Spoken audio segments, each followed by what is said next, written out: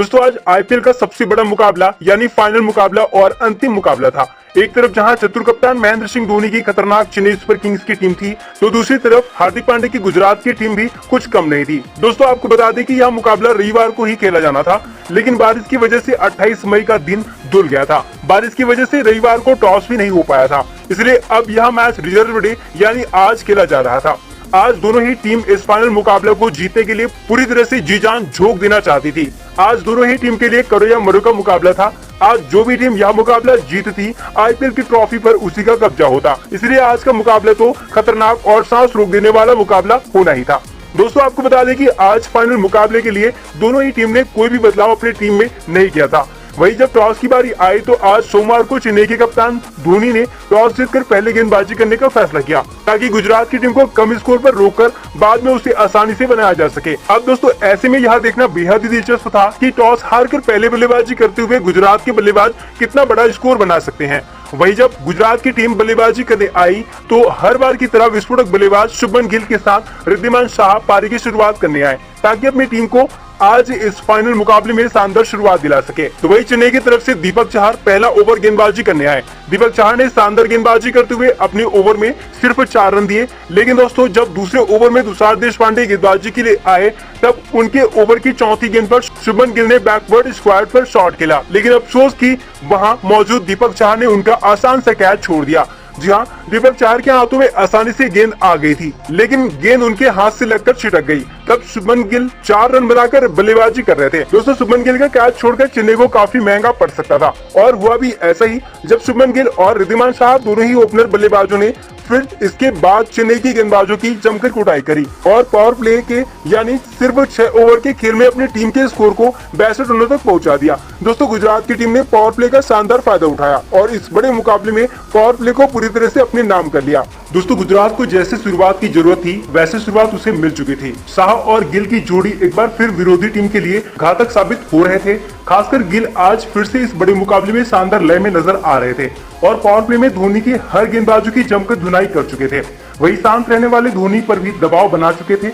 हालांकि धोनी भी मैच को पलटना जानते हैं। आसानी से हार नहीं मानने वाले धोनी ने पावर प्ले के खत्म होते ही रविंद्र जडेजा को गेंदबाजी पर लेकर आ गए और इस ओवर में गिल नाम की बड़ी मछली का किस्सा ही समाप्त कर दिया। जी हां, जडेजा की अंतिम गेंद पर धोनी ने चीते की तरह तेज गति से गिल का स्टंप उखाड़कर उन्हें पवेलियन भेज दिया। दोस्तों गिल जब तक क्रीज पर अपना पैर वापस लाते धोनी ने उनका स्टंप उड़ा दिया और इस तरह से धोनी ने गिल को स्टंपिंग करके गुजरात को बड़ा झटका दिया।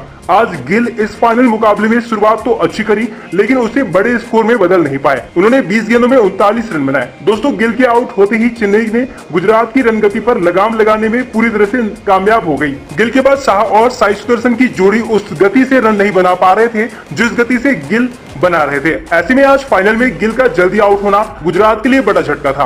दोस्तों जहां गिल के रहते हुए गुजरात ने 6 ओवर में ही 62 रन बना लिए थे, तो वही अगले 38 रन बनाने के लिए शाह और सुदर्शन को 30 गेंद लग गए, जिसकी वजह से गुजरात की टीम ने 100 का आंकड़ा 12वें ओवर में पार कर पाई। इससे आप समझ सकते हैं धोनी ने किस तरह से इस मैच में अपनी पकड़ बना ली थी।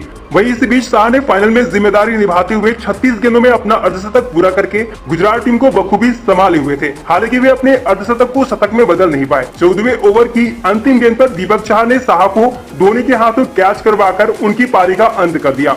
शाह ने 39 गेंदों में 54 रन बनाए और जाने से पहले साई सुदर्शन के साथ 64 रनों की साझेदारी करके गुजरात की स्कोर को 14 ओवर में 131 रनों तक पहुंचा दिया। वहीं गुजरात के लिए अच्छी बात यह थी कि शाह के जाने के बाद साई सुदर्शन ने मोर्चा संभाल लिया था और ताबड़तोड़ बल्लेबाजी शुरू कर दी। दोस्तों सुदर्शन ने पहले तो सिर्फ 32 गेंदों में ही अपना अर्धशतक पूरा कर लिया।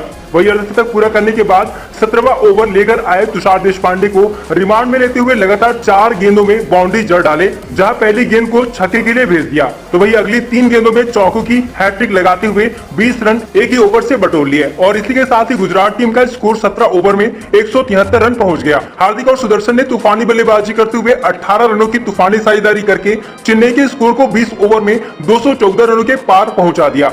वही हार्दिक ने भी 12 गेंदों में 22 रनों की तूफानी पारी खेली, जिसकी वजह से गुजरात की टीम ने 20 ओवर में 4 विकेट गंवाकर 215 रनों का टारगेट चेन्नई के सामने रख दिया। वही दोस्तों जब लक्ष्य का पीछा करने चेन्नई की टीम आई तो 3 गेंद के बाद ही मैदान में बारिश आ गई और खेल को रोकना पड़ गया। हालांकि बारिश तो जल्दी रुक गई, लेकिन मैदान गीला होने के कारण मैच 12:10 में शुरू हुआ और इस बार ओवर में कटौती करते हुए मैच को 20 ओवर के बजाय 15 ओवर का कर दिया। वही 15 ओवर में चेन्नई को नया टारगेट 171 रन का दिया गया। मतलब दोस्तों, चेन्नई को ये फाइनल मुकाबला अपने नाम करने के लिए अब 90 गेंदों में 171 रन बनाने थे। वही पावर प्ले भी 6 ओवर के बजाय 4 ओवर का कर दिया गया। ऐसे में जब दोबारा चेन्नई की ओपनिंग जोड़ी ऋतुराज गायकवाड़ और ड्वेन कॉनवे बल्लेबाजी के लिए आए, तो अब उनके सामने पहले गेंद से बड़ा शॉट खेलने की चुनौती थी, क्योंकि अब गेंद कम था, मतलब हर गेंद पर प्रहार करना ही था। ऐसे में दोबारा बल्लेबाजी करते हुए दोनों बल्लेबाजों ने अटैकिंग बल्लेबाजी करी।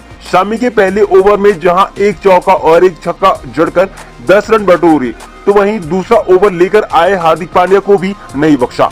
पांड्या के ओवर में एक छक्का और एक चौका जड़कर 14 रन इस ओवर से बटोरकर शुरुआत तो शानदार करी।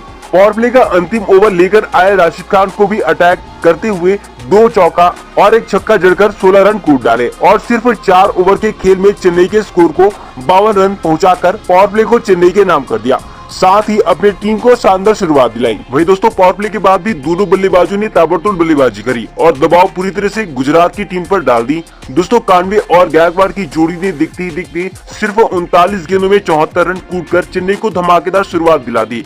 अब यहाँ से लग रहा था चेन्नई बड़े आसानी से जीत के दहलीज तक पहुंच जाएगी। तभी अचानक से 7वें ओवर में मैच पलट गया, जब अफगानी स्पिनर नूर अहमद ने एक ही ओवर में दोनों बल्लेबाजों को आउट करके चेन्नई के खेमे में खलबली मचा दी।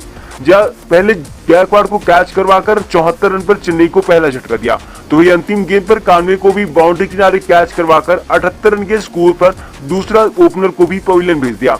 दोस्तों, गायकवाड़ ने 16 गेंदों में 26 रन बनाए, तो कानवे ने 25 गेंदों में 47 रन। वही इन दोनों के आउट होने पर रहाणे और दुबे बल्लेबाजी के लिए आए और ये दोनों बल्लेबाज चेन्नई की पारी को बखूबी संभाला। आते ही अपने ताबड़तोड़ शॉट खेलना शुरू कर दिया। खासकर रहाणे ने सिर्फ 6 गेंदों में ही 16 रन जड़ चुके थे। वही दुबे अपना पैर जमा चुके थे। दोस्तों, चेन्नई को अंतिम 38 गेंदों में 71 रन और बनाए थे। ऐसे में पलटा तो चेन्नई का ही भारी था। ऐसे में अब देखना था क्या गुजरात की टीम कोई चमत्कार कर पाती है या नहीं।